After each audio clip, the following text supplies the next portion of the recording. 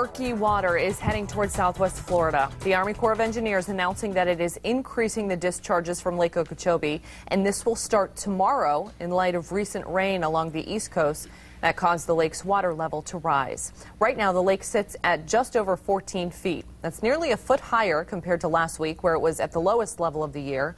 It is much higher than the preferred range of 12.5 feet. As 4 in Your Corner's Tony Sadiku explains tonight, this news, of course, is very concerning to a lot of people, given Lake O is still battling a potentially toxic algae bloom. He joins us live in the studio with more. Tony?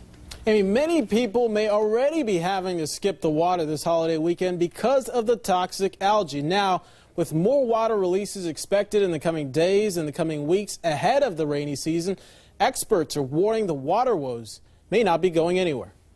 If you made a trip to the water earlier this year, you may remember this. Murky water spilling into our rivers, streams, and beaches from the discharge of Lake Okeechobee water after El Nino rains brought the water to dangerous levels. It would not be surprising to find out the El Nino we've just gone through contained the same amount of precipitation as a typical Florida wet season, if not an above average Florida wet season. Now, with the summer rains and hurricane season on the horizon, it could all play out again. The Army Corps of Engineers announcing today they're going to increase the discharge of Lake O water beginning Friday in response to the rapid rise of water levels since just last week.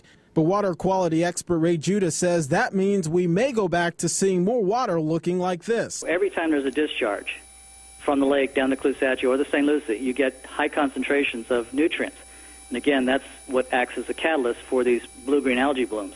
The decision to increase water discharge from Lake Okeechobee coming less than a week after the Franklin Lock was shut down for swimming due to the cyanobacteria. What are you doing to work with our state and local agencies to get to the point where you don't have to release Lake Okeechobee water into our estuaries? Right now, we do not have a restoration program planned or designed that would completely eliminate releases to the estuaries. Judah says if that program existed, it would involve the state buying land south of Lake Okeechobee where water could be stored instead of releasing it east and west. But since it doesn't, the costs will continue to pile on. We'll continue to see harmful algae blooms. We'll continue to see fish kills. We'll continue to see destruction and deterioration of our marine ecosystem, and ultimately the very injurious impacts to our tourism and real estate-based economy, as well as our quality of life. The Army Corps of Engineers say that they plan to continue to evaluate the releases on a weekly basis and may change the rate of flow based on weather conditions. Tony Sadiku, Fox 4 in your corner.